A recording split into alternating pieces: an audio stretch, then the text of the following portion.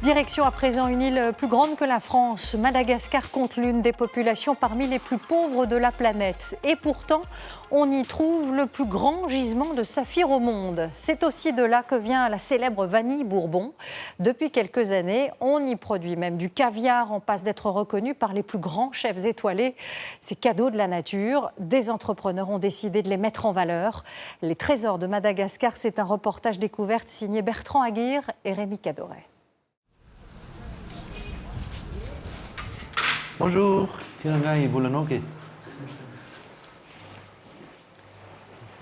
C'est magique quand même. Hein. J'adore cette pierre. Le plus gros deal qu'on a fait, il est tellement gros que si on vous, si on vous disait, vous ne nous croiriez pas.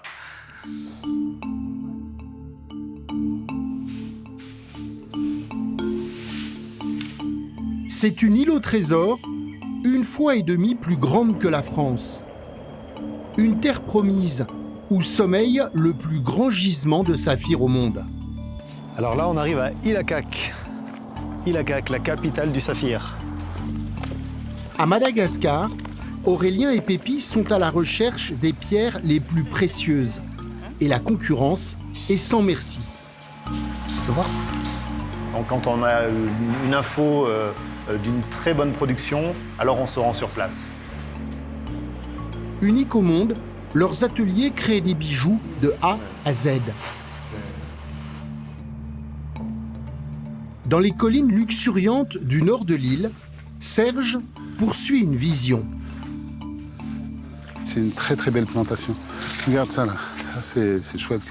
Là tu commences à avoir de très belles vanilles, tu vois. Il développe, avec des milliers de paysans, la plus grande coopérative de vanille de Madagascar, l'une des épices les plus chères du monde. Ça prend tout de suite de la valeur, puisque la vanille se vend à 250 $ à l'export. Sous les brumes des lacs des hauts plateaux, ici, c'est le poste de travail où l'équipe est en train de faire les échographies. Delphine Dabezy Caviar. est la nouvelle référence du caviar dans le monde. Il est très beau celui-ci. C'est pas simple parce qu'on ne nous attendait pas à Madagascar avec du caviar. Premier caviar africain, c'est pas facile à expliquer. Enfin, dans les dernières forêts primaires de la côte est de l'île, c'est une vraie pharmacie vivante. Là, il y a des plantes, il y a des molécules là-dedans, dans ces plantes-là, qui servent à faire des médicaments. Olivier Bérin élabore sans cesse de nouvelles façons de se soigner. Tu mets 3 gouttes ici, ça va te rentrer dans le sang. Tu fais ça, tu te fais un petit sniff avec. Déjà, tu sens, ça te dégage.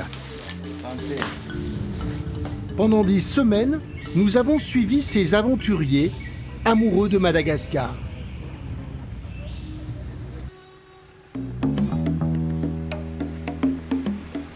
Tuléar, sud-ouest de Madagascar. Ok, on va trouver. Merci, je t'appelle, tu dis de venir là-bas, Plaza Hotel. Ok, on fait comme ça. À tout de suite.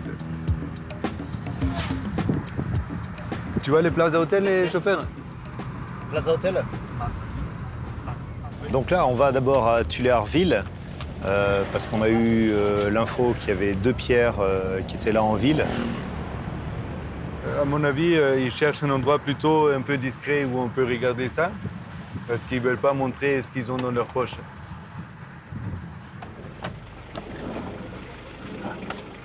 Associés depuis plus de 10 ans, Aurélien et Pépi ont accepté de nous dévoiler les secrets de leur métier.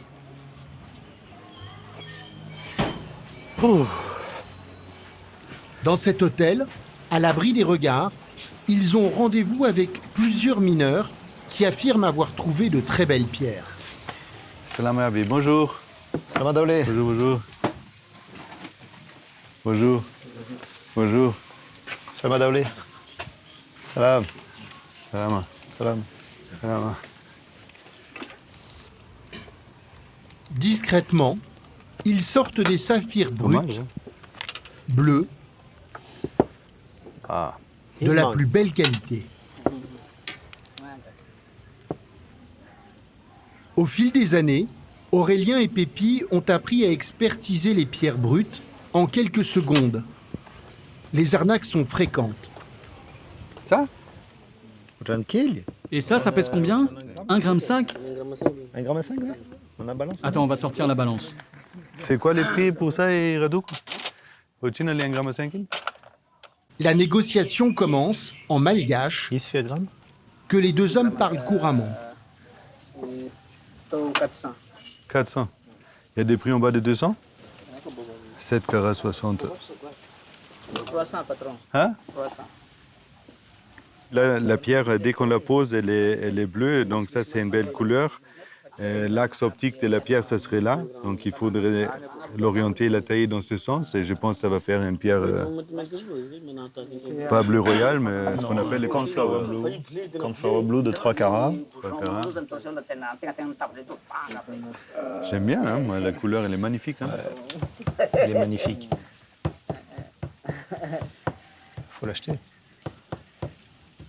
180 francs. 180. Ah. On achète et on fait un premier bis avec eux comme ça. No, mamak barrage. Bon, d'accord. On accepte ce prix et on fait le business. Merci beaucoup. Hein. Bonne chance à Tsikareta. Marché conclu pour l'équivalent d'environ 7 000 €.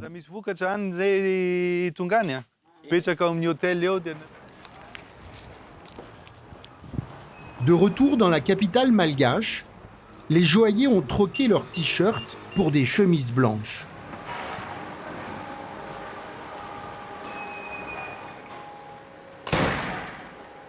Dans leurs ateliers, l'on trouve tous les métiers de la bijouterie. Alors ici, on a 2 maquettistes, on a 5 sertisseurs et sertisseuses, on a un assembleur et on a 2 polisseuses. Donc là, on va rentrer dans la lapidaire. C'est ici qu'on taille les pierres. Les lapidaires sont les tailleurs de pierres de couleur. On taille les pierres comme, en réalité, comme on le fait depuis l'Antiquité. Simplement, au lieu d'avoir aujourd'hui une pédale pour entraîner la roue, on a un moteur électrique. Mais sinon, la manière pour tailler les pierres n'a jamais changé. Chaque mois, des centaines de pierres précieuses sont taillées ici et montées en bijoux. Mais la concurrence entre acheteurs est de plus en plus rude. Demain, la plus importante mine de saphir du pays organise une vente exceptionnelle. Il faut être là le premier, il faut pas rater les pierres. De nombreux acheteurs sont là-bas. Donc quand nos informateurs nous donnent une info qu'il y a une bonne pierre, une bonne production en cours, alors on y va. On y va pour être les premiers. En attendant la vente, nous partons vers les lacs des hauts plateaux. Ici, les défis Delphine Dabezy en a fait une façon de vivre. On arrive, on commence à distinguer un petit peu les premiers bassins. Son terrain à elle est aquatique. Un lac à 1500 mètres d'altitude. Delphine, Christophe et Alex ont commencé leur folle aventure il y a 12 ans. Christophe et Alex ont trouvé ce site. Vous voyez, il est complètement vierge, il n'y a aucune activité autour, c'est très naturel. Et donc, c'est un espace idéal pour l'élevage des esturgeons.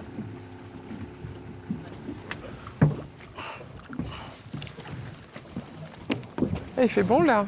Oui, c'est bon. C'est cool. Aujourd'hui, sur ce lac, 53 bassins abritent 50 000 esturgeons femelles âgés de plus de 7 ans. Les premières années, on ne savait pas si on sortirait un caviar et s'il serait bon. Donc ça veut dire que tu as démarré tout ton élevage, tu as fait tes constructions, et puis tu attends la 5e, 6e année pour produire les premiers kilos. Et donc ça, c'est toujours long, parce que tu te poses 1000 questions en disant si personne ne l'a fait en Afrique, pourquoi ça marcherait avec nous Mais là, comme ça, 1500 mètres d'altitude, tu sais pas si l'eau va fonctionner, et tu peux te retrouver à ne pas avoir de caviar. Waouh. Elle est énorme. Elle est obèse. Elle a un elle est ventre. petite et obèse. Et là, on sent que le ventre, il est bien plein. Là, on a un caviar qui est gris clair. Il est beau celui-là, ouais. Et en taille, par contre, on est à Il est un peu 6, petit, mais... et 3 mois. Donc en fait, elle sera prête dans 3 mois. Parce que le grain est trop petit pour être sélectionné en caviar. Elle est remise dans un bassin et ensuite, ils referont des échographies dans 3 mois. L'élevage d'esturgeons est une course de fond qui demande de très gros investissements. En plus des bassins du lac, à terre, une immense pisciculture a été creusée sur une dizaine d'hectares. Alors là, c'est le roi de tous les poissons et des esturgeons, c'est le beluga. C'est l'esturgeon qui produit les plus gros œufs de poisson, le caviar le plus impressionnant. En magasin, aujourd'hui, on est entre 8 et 14 000 le kilo. Ça dépend de la qualité du caviar. Là, je parle en magasin. Nous, on est en prix de gros, on est producteur. Ça dépend sur quel circuit.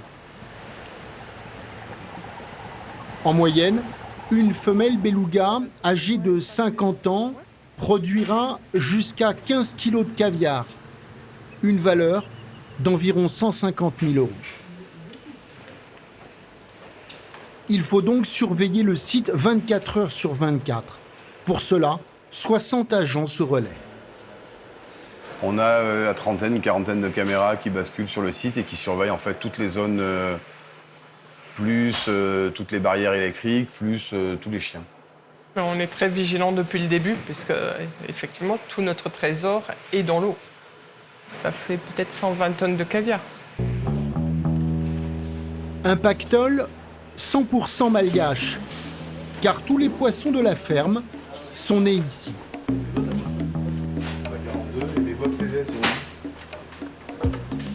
C'est ce qu'on a de plus précieux, là, les œufs fécondés.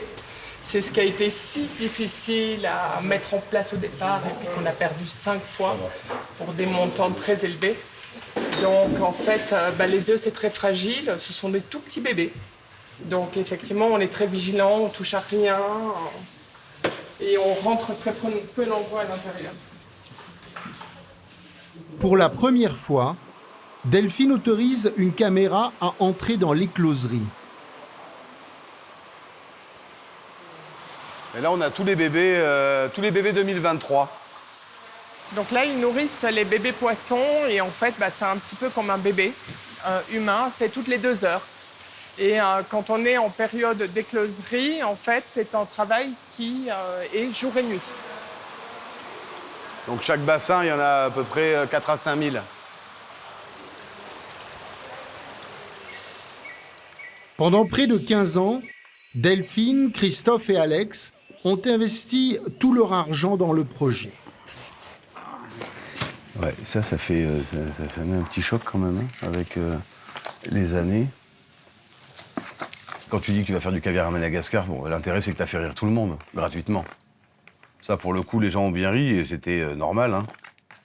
En fait, ça s'arrête au moment où les gens comprennent que les premiers kilos commencent à sortir. Et quand ils commencent à voir le produit. Ça, c'était un travail titanesque. Je sais pas si tu vois les voiles de béton qu'on a coulées. Hein. En 2017. C'est énorme, hein. Mais il faut qu'on fasse Le prochain défi est maintenant de convaincre que le caviar de Madagascar est parmi les meilleurs. Pour cela, Delphine a invité 3 chefs de renom. Allez, et voilà. Ils arrivent directement de France. Je pense que je vais rester là. Bonjour. Bienvenue à Madagascar. Merci. Et ben voilà, bienvenue, on est trop contents de vous accueillir. Trop bien. Là, on va aller sur le site lac, on va leur faire visiter l'élevage des esturgeons.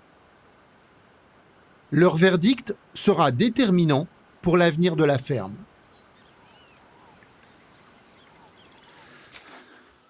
Tout au nord de l'île, Serge Radjao-Bellina n'attend lui aucun verdict. Il sait que la vanille Bourbon est la meilleure du monde. Et il a décidé d'en faire profiter le plus grand nombre.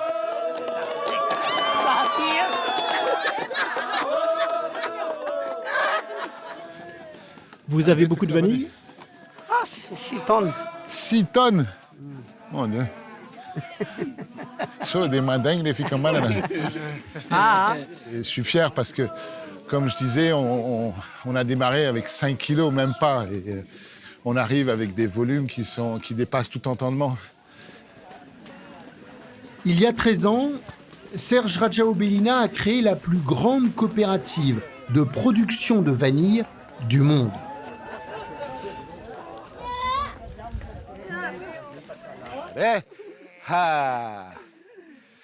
C'est une dame qui a fait 50 km à pied pour venir à ce marché. Amenez la vanille, s'il vous plaît. Allô, grade 3, face. Mettez-vous en file. Une fois par an, tous les paysans de la région viennent vendre leurs précieuses récoltes. Aujourd'hui, les transactions vont se faire en liquide. Des sommes considérables vont changer de main. Il y a combien dans le sac? Beaucoup d'argent. Serge a donc demandé la présence d'une protection armée.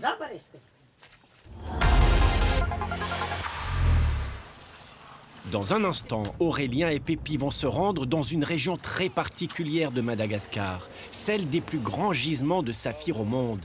Tous les acheteurs de pierres s'y bousculent et les négociations sont discrètes, mais sans pitié. On va réfléchir et on va donner nos offres sur ces pierres.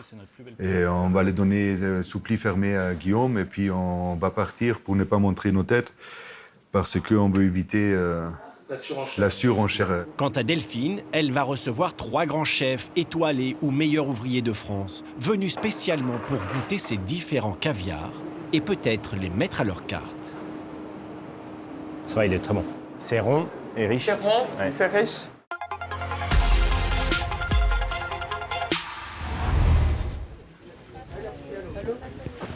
Pour Serge, c'est le moment le plus important de l'année.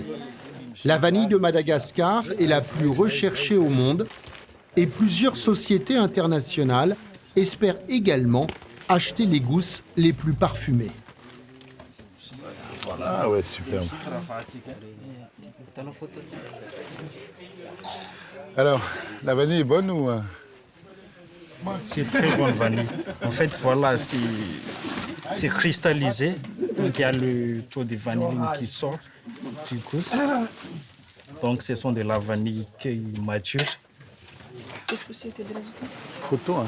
Pour faire la différence avec ses concurrents, la coopérative propose toujours les meilleurs prix du marché. Elle a $10 par kilo. Donc elle va en plus. Ce bonus représente l'équivalent d'un mois de salaire à Madagascar. Faleno. Aujourd'hui, Serge est satisfait. Il a réussi en quelques heures à acheter 6 tonnes de vanille d'excellente qualité. Un chargement qu'il faut acheminer vers l'usine de conditionnement à plus de 15 heures de piste.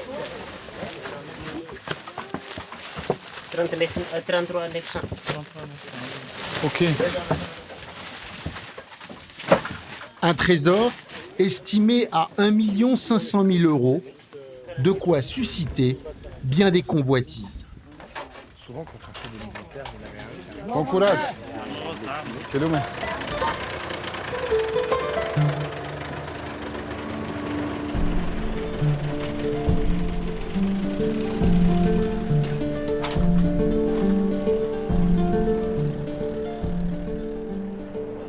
Les pistes de brousse, Olivier Béra les connaît bien. Les petites feuilles là. Son univers à lui, c'est la forêt primaire. Oui, il y en a pas mal quand même. Celle-ci, c'est joli. Dans la réserve de Vuiman, Olivier Béra parcourt les sentiers forestiers depuis plus de 20 ans. Là, tu vois, regarde. Là, tu as une petite plante carnivore. Attention, ça glisse beaucoup. Tu vois ici? Et en fait, ça, c'est une plante qui est utilisée pour fabriquer des sirops antitussifs. Tu as vu la taille de la plante, tu vois? Et ça, c'est un plant, 2 plants. Tu vois, là, il y a 2 plants. T'imagines ce que ça fait sec en poids. Il y a 5 tonnes par an qui sont exportées de Madagascar pour fabriquer des sirops contre la toux en France. Dans ces 20 000 hectares de forêt qu'il protège activement, il connaît le potentiel de chaque plante. Ici, on a une vraie pharmacie naturelle. La moitié des plantes ont des molécules intéressantes. Certaines sont connues, certaines sont encore totalement inconnues. Tu vois, le petit fruit rouge, là, tu vas voir, ça part en cosmétique chez Dior. Tu vois, là-bas, on a de la Floyateiformis qui a été fait pour Yves Rocher. On a sorti ça. Ici, on a le gingembre qui a été fait pour Chanel, si tu veux, en produits cosmétiques. Et tu as des plantes médicinales aussi qui servent pour l'industrie pharmaceutique. Il y a Ilex mitis, un petit arbre qui est juste là-bas sur le chemin. Cet Ilex mitis, il sert à faire des pommades cicatrisantes. Après avoir travaillé pour de grandes entreprises, Olivier a décidé de créer sa propre marque d'huile essentielle, produite uniquement à partir de plantes locales. Tu vois, en fait, on a fait un inventaire avec le Sarbout, tu vois, qui est là, où lui, il a ce savoir traditionnel, comme il dit, ça fait des années, son père déjà utilisait les plantes. Oui, mon grand-père. Grand-père déjà, tu vois. Et donc, dans ce répertoire de ces savoirs, de cette forêt, tout ça, c'est de la forêt de Vuilleman. Toutes ces planches que tu vois ici. Et à chaque fois, on va dire, OK, est-ce qu'il y a une utilisation traditionnelle? Donc ça, c'est lui qui sait ça avec les autres tradipraticiens, mais c'est lui qui compile ce savoir depuis son grand-père, qui utilise ça. Oui. Et nous, on regarde, qu'est-ce qu'il y a comme molécules dedans? Oui, nardif. Donc, il y a un sac. Il y a assez pour distiller, là. Oui. Alors là, c'est une citronnelle, donc assez classique. Et qu'on peut prendre l'huile essentielle pure, mise dans un diffuseur, et ben dans les maisons, et puis ça fait que ça chasse les moustiques, quoi.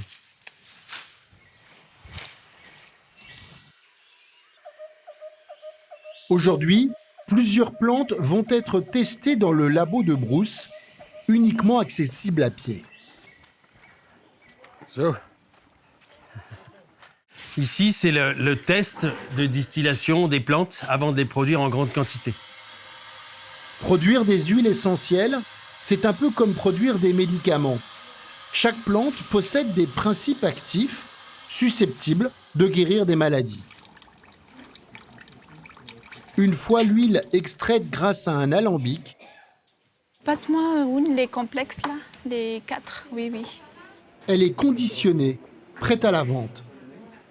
Notre objectif pour la commercialisation en France serait de vendre 20 000 flacons par an à peu près, oui.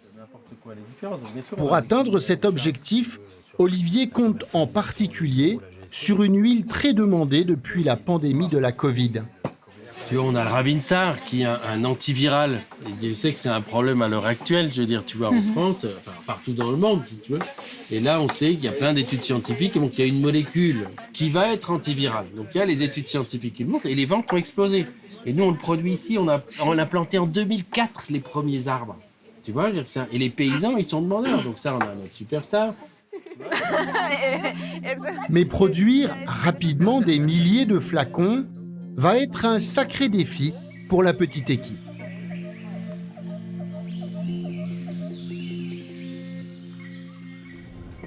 Aurélien et Pépi, les joailliers français, sont eux presque arrivés à destination. Ils ne sont plus qu'à quelques kilomètres d'Ilakak, le plus grand gisement de saphir au monde.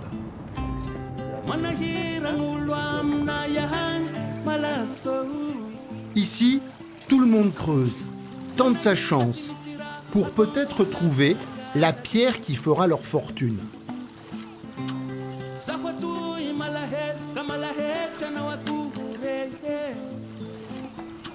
La région fait penser à la Californie au moment de la ruée vers l'or.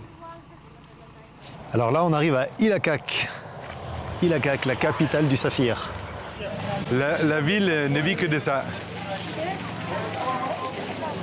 À Ilakak, plus de 1000 acheteurs, la plupart sri-lankais, se disputent la production locale. Il y en a partout. Là, il y en a aussi en face. Ces gens-là, ils vivent ici sur place et ils sont là jour et nuit pour acheter, pour attendre les pierres. Donc nous, on est basé à Tana, donc on passe de temps à autre. Heureusement, Aurélien et Pépi, au fil des ans, ont su tisser un solide réseau. Guillaume est un ami. Toujours impressionnant, hein?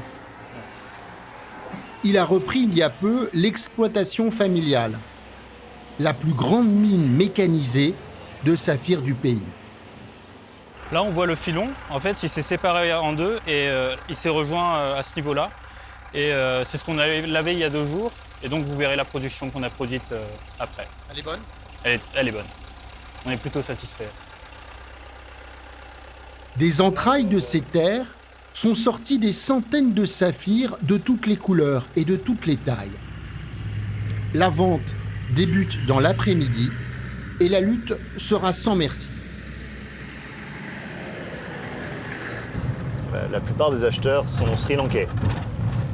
Ils sont sri-lankais, ils achètent les pierres à Madagascar et ils sont nos principaux concurrents à l'achat.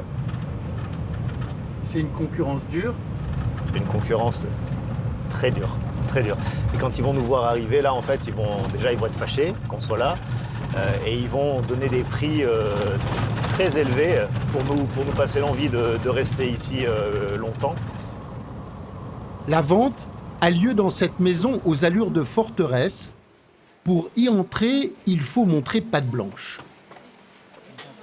Donc ça, c'est une production d'hier. Magnifique. C'est exceptionnel. Même la taille des pierres, c'est exceptionnel. Et la qualité, c'est vraiment... c'est très rare. Sur la table, près de 3 kilos de pierres. Une fois taillées, leur valeur atteindra plusieurs millions d'euros. Donc ça, c'est un saphir violet. On est sur une pierre de 18 carats et demi brut. C'est rare. Et puis c'est un vrai violet. Je pense que c'est notre plus belle pierre sur le lot. C'est sûr. Ça va coûter cher, ça. Super prix avec ça. Oui. Changement de tactique. En fait, on va bien. On a le privilège de pouvoir regarder les pierres en avant-première. On va réfléchir et on va donner nos offres sur ces pierres. Et on va les donner sous pli fermé à Guillaume. Et puis on va partir pour ne pas montrer nos têtes. Parce qu'on veut éviter la surenchère. Aurélien et Pépi choisissent 8 pierres d'exception, des saphirs bleus et violets. Mais si leur offre est trop basse, ils perdront les enchères. En fait, la demande en saphir, elle est tellement énorme qu'on n'a aucun doute sur chacun des lots. Chacun des lots sera vendu. Voilà. Allez, Yakta Est. Les dés sont jetés. Prions. Magnifique, hein? Quelle aventure! C'est nos offres, sous pli fermé, que je vais soumettre à Guillaume. Et puis, il ne me reste plus qu'à te souhaiter une belle vente. Merci. Et bonne chance. Et merci beaucoup. Hein. Merci Guillaume. Merci Aurélien. Bonne chance. Toute l'après-midi, les autres acheteurs vont à leur tour déposer leur offre dans cette urne. Guillaume n'annoncera les résultats que demain matin. Pour Delphine, ce matin, le défi est risqué. Elle a décidé d'ouvrir toutes les portes de son élevage d'esturgeons au chef français. Mais il y a combien de bassins? C'est énorme. Donc là, on a à peu près 53 bassins. Ce sont des bassins de 25 mètres de diamètre. L'objectif est de tout leur montrer et de leur faire comprendre le cycle de production. Bonjour. Bonjour. Ça va? Tu as les poids là? Combien? Quel poids? 18 kilos. 7 ans, 18 kilos. Ah, on voit que la bête est bien soignée. Hein. On voit que c'est bien soigné, bien maîtrisé maîtrisé quand même. Donc là, en fait, je vous explique, avec l'échographe, on va voir le stade de maturation du poisson. Alors ça, c'est la peau.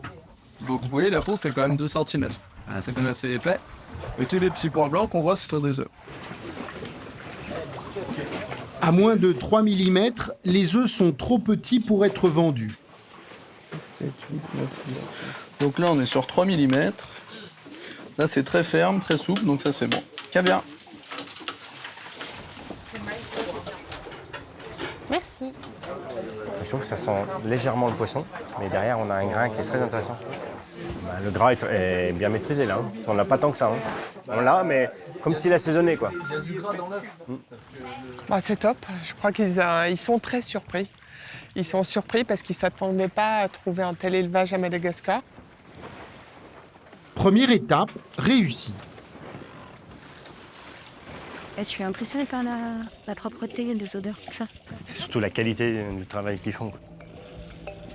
Mais le véritable test aura lieu dans le laboratoire du site.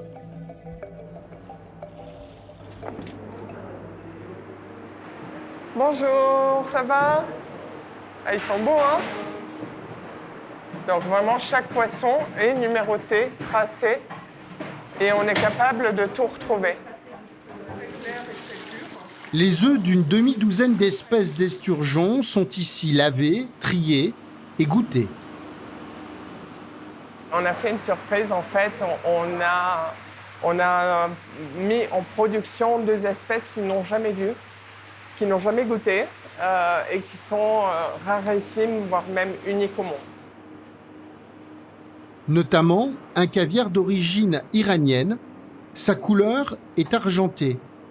Personne ne l'a goûté depuis 50 ans. Ces caviars valent entre 2 000 et 5 000 euros le kilo. Ah, ça c'est 1,7 kg, hein? Ah oui, il faut bien remplir quand même.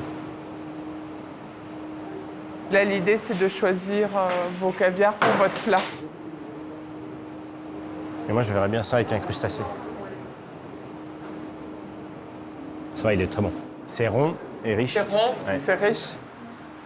C'est très doux, là, à ce stade-là. Hein. Ouais. L'autre, il est presque plus puissant, mais moins... Celui-là, il a du goût. Alors, c'est le fameux ossiètre iranien, c'est un caviar qui est mythique, en fait. Mais tous les caviars ne font pas l'unanimité.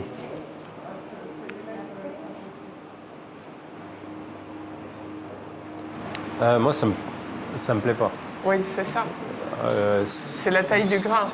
La taille du grain me plaît pas. Moi, j'aime bien quand ça roule un peu. Une fois que ça a roulé, que tu peux écraser et avoir un peu de la jus, texture. La texture.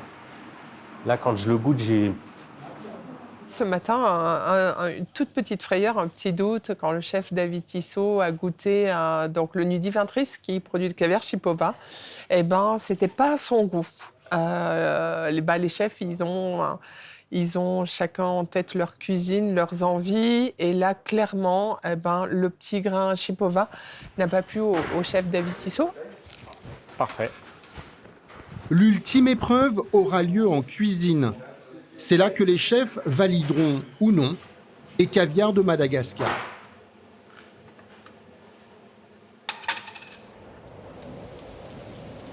Dans l'usine de vanille de la coopérative, Serge est lui soulagé.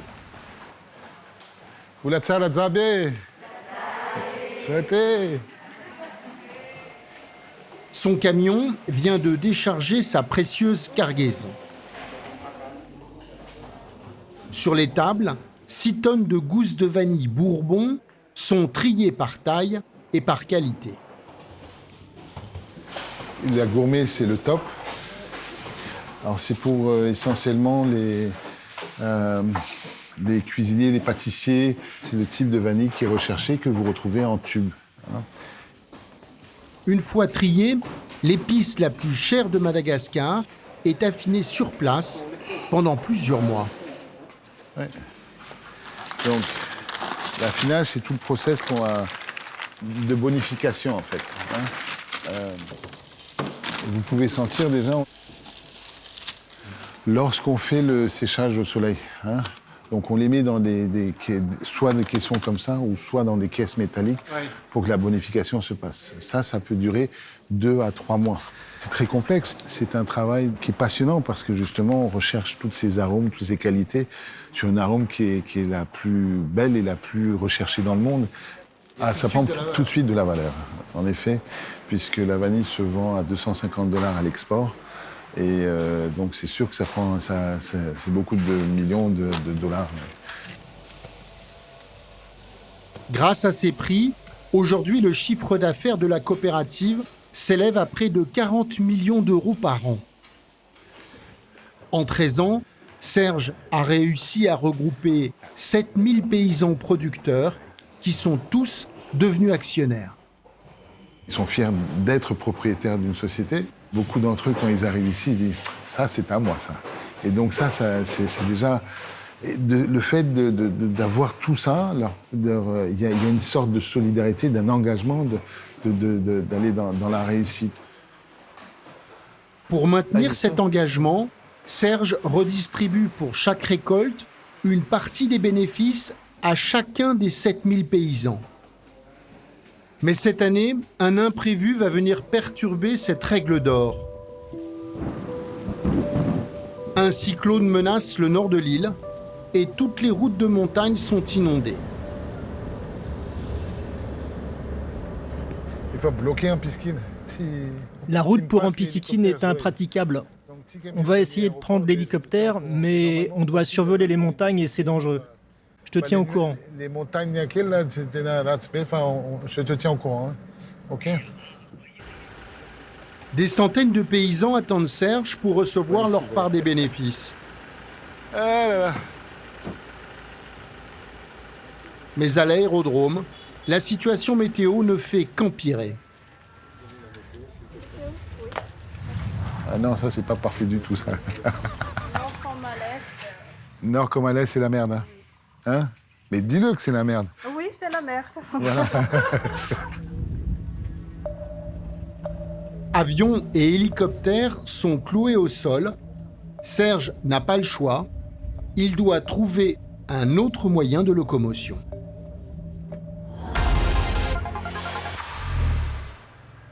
Dans un instant, c'est finalement à moto que Serge va se rendre chez les petits producteurs pour vivre l'un des plus grands moments de l'année. Nous allons distribuer les bénéfices. Vous êtes content? J'ai rien entendu. Vous êtes content?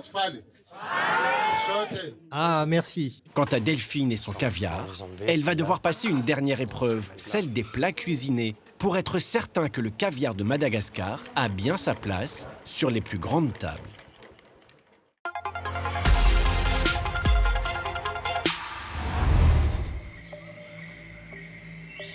Olivier Bérin n'a pas une minute à perdre. Là, aujourd'hui, on distille du Ravinsar, qui est une huile essentielle qui a explosé sur les marchés avec la Covid-19. Parce que dedans, il y a une molécule qui s'appelle le 1,8-cinéol, où il y a plein de publications scientifiques qui te montrent qu'elle est antivirale pour de vrai. Dans la petite distillerie de Vuiman, au cœur de la forêt, tout le monde est sur le pont. Comment ça marche, Yves? Oui, ça va bien. Oui, maintenant, on a plein de préparer la production. Ouais, super. Et vous avez vu, du coup, avec Winnie pour lancer la production tous les jours? Oui. D'accord. Et là, il est déjà plein, la cuve?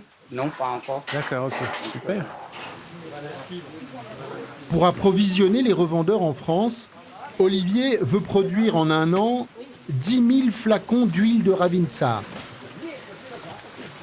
Mais là, après l'achat des feuilles aux femmes qui les ont ramenées, il y a une pesée, les feuilles sont payées directement. Et là, ils vont remplir la cuve.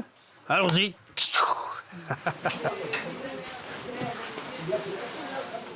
Le Ravinsar est un arbre dont les feuilles possèdent de puissantes vertus antibactériennes et antivirales. Dans la réserve, Olivier a planté des milliers de ces arbres, qui produisent aujourd'hui des tonnes de feuilles que les villageois vendent à la distillerie. Voilà. C'est vraiment la quintessence de la plante qu'on sort quand on fait une huile essentielle, tu vois. C'est-à-dire qu'avec un sac comme ça, 30 kilos, donc tu vas faire une demi-douzaine de flacons. Tiens, ça rouille. Donc là, tu vois, tu as un petit flacon. Donc en fait, il nous faut un tiers de ça pour faire un petit flacon de 10 millilitres. C'est vraiment du concentré pur, tu vois, qu'on va avoir avec une efficacité qui est l'équivalent d'un médicament. Donc tu te mets ça comme ça, hop, tu prends ton flacon, tu mets 3 gouttes ici, ça va passer au travers de tes vaisseaux sanguins, ça va te rentrer dans le sang. Tu fais ça, tu te fais un petit sniff avec. Déjà, tu sens, ça te dégage. L'art de la distillerie est avant tout une affaire de patience. Là, c'est les eaux florales qui arrivent, tu vois. Il faut plusieurs heures pour qu'enfin les premières gouttes d'huile sortent de l'alambic. Elle a l'air super bonne. Et l'huile, on va la récupérer là. Et donc après, elle va partir comme ça, comme c'est du super concentré. Donc elle va être exportée. Donc là, elle va recouler. Tu vois, l'huile qui s'est accumulée là, il va la faire couler dans son éprouvette. Mais avant de partir pour la France, les huiles doivent passer le contrôle qualité. Allez.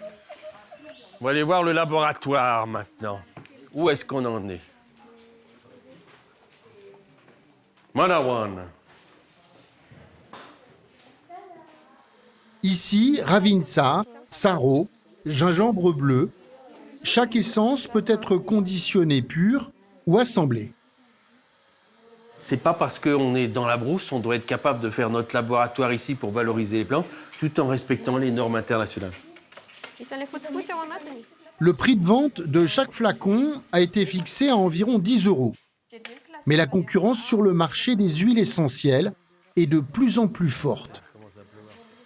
Trouver sa place est le prochain défi qu'Olivier va maintenant relever en France.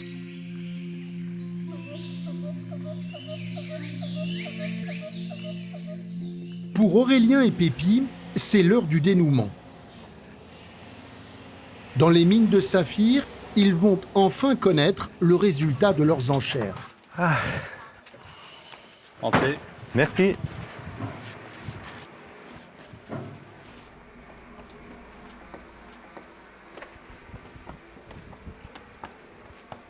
Est-ce que tu as des bonnes nouvelles pour nous? Oui. C'est vrai? Oui. Ah. Bah, félicitations, ça, ce sont les 3 lots donc, que vous avez remportés à super. la vente. Ah, on a le violet. Et l'autre petit violet. Pas de bleu, donc. Non, le bleu, ça s'est joué à un mouchoir de poche. Vous étiez très proche du premier prix. Ah ouais. Ah là là. Dommage. 3 pierres sur 8, comme prévu, la concurrence a été rude. Ah, cette pierre. Ça fait 2 ans maintenant qu'on a la commande sur un violet de cette taille-là. D'accord. Ça fait 2 ans et on n'arrivait jamais à trouver. Ah bah c'est la super. couleur, elle est top. Top. Félicitations. Merci. Ça c'est vraiment bien. Très content.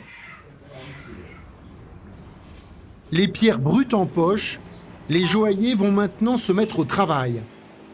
Une cliente attend depuis plusieurs mois l'un des saphirs qu'ils viennent d'acquérir. Voilà, là ton dégradé de diamant il est bien. Tu me l'ajoures, tu me fais un joli dessin dans cette galerie 1. Oui. Okay. Voilà. Aurélien et Pépi sont les seuls au monde à réaliser eux-mêmes toutes les étapes de la fabrication d'un bijou. Première étape, la taille en 57 facettes de la pierre. La matière étant extrêmement chère, il faut la conserver. Donc là, quand on achète une pierre en se disant, nous, on va faire 2 carats dedans, si le lapidaire ne fait que 1 carat 90 ou 1 carat 95, c'est une vraie perte. Puis, la fonte de la monture. Donc là, il manque encore quelques diamants à sertir ou pas? Ah oui, les tout petits qui sont là. Le sertissage et le polissage. Après des dizaines d'heures de travail, on est bien droit là? La bague commandée est enfin prête. Bonjour. C'est Aurélien qui a la charge de la présenter. Installez-vous. Bon, je vous ai appelé parce que j'ai enfin trouvé le bijou de vos rêves, le fameux saphir bleu que vous me demandiez depuis des mois. C'est vrai? Le voilà. Oh là là. Je peux? Bien sûr. Donc saphir bleu d'Ilakak, une pierre de 2,5 carats. Elle est pile à ma taille. Elle est magnifique. Une fois de plus, Aurélien et Pépi ont réussi leur pari, transformer une pierre brute en un bijou unique.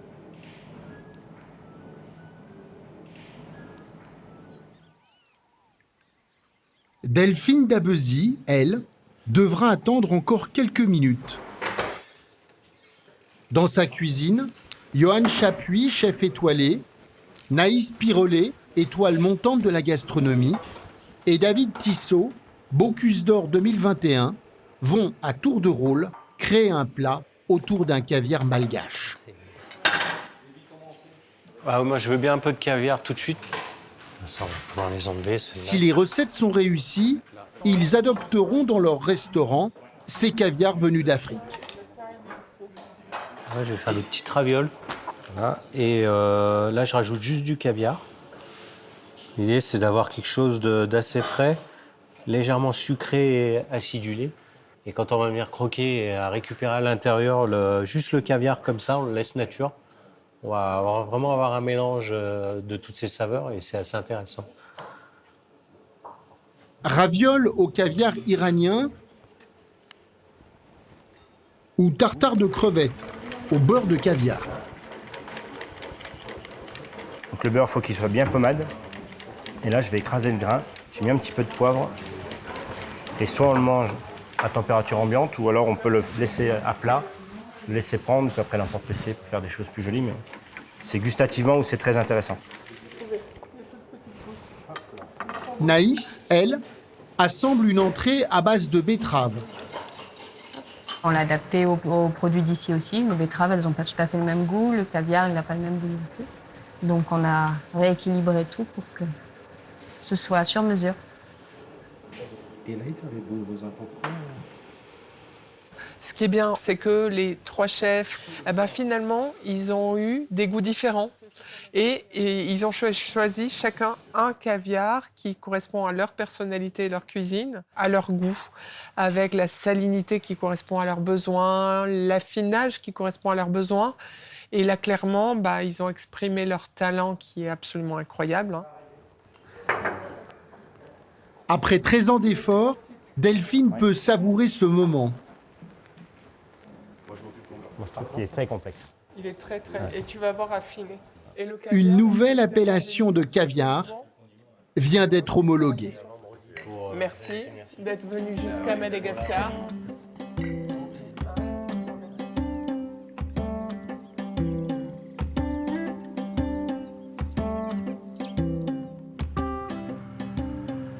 Dans le nord de l'île, Serge a lui finalement trouvé une solution. La moto tout-terrain. Seul moyen pour emprunter les étroites pistes de montagne où l'attendent avec impatience des centaines de paysans. L'association qu'on va voir, c'est une association qui s'appelle Vulamen à Mainz. Et Vulamen à Mainz, ça veut dire l'or vert. Parce que la vanille, c'est l'or vert. Dans la montagne, tous les producteurs et leurs familles se sont rassemblés pour cette journée exceptionnelle. Bonjour, aujourd'hui nous accueillons notre président. Nous allons distribuer les bénéfices. Vous êtes content? J'ai rien entendu. Vous êtes content? Ah, merci. Bon, on va partager les bénéfices. Et si vous avez des questions, Monsieur Ligo ou moi-même, nous allons faire une séance de questions-réponses. C'est en partie cette journée qui fait la réussite de la coopérative. Bien, où fait-on la distribution? Ici? Ok. Bonjour madame.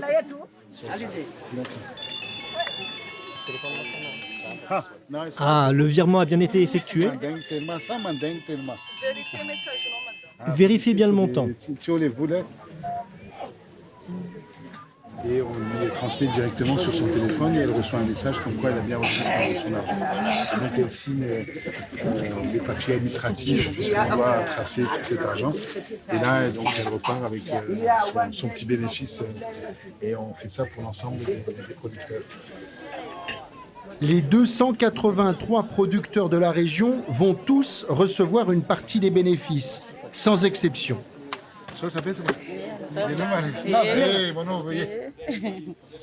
Pour éviter les risques de vol, tous les paiements sont faits par virement téléphonique.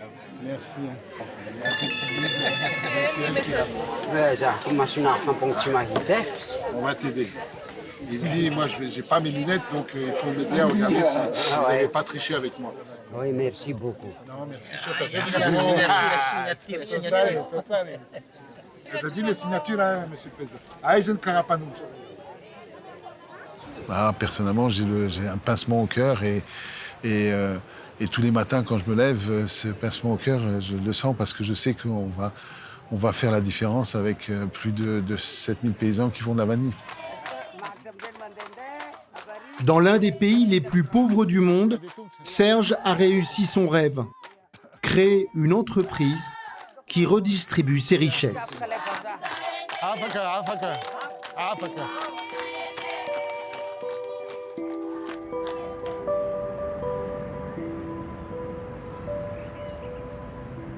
À Paris, à plus de 8000 km de sa forêt, Olivier Bérat est, lui, encore loin du but. Il prépare ses échantillons car il a rendez-vous avec un commercial pour lancer la vente de ses huiles essentielles.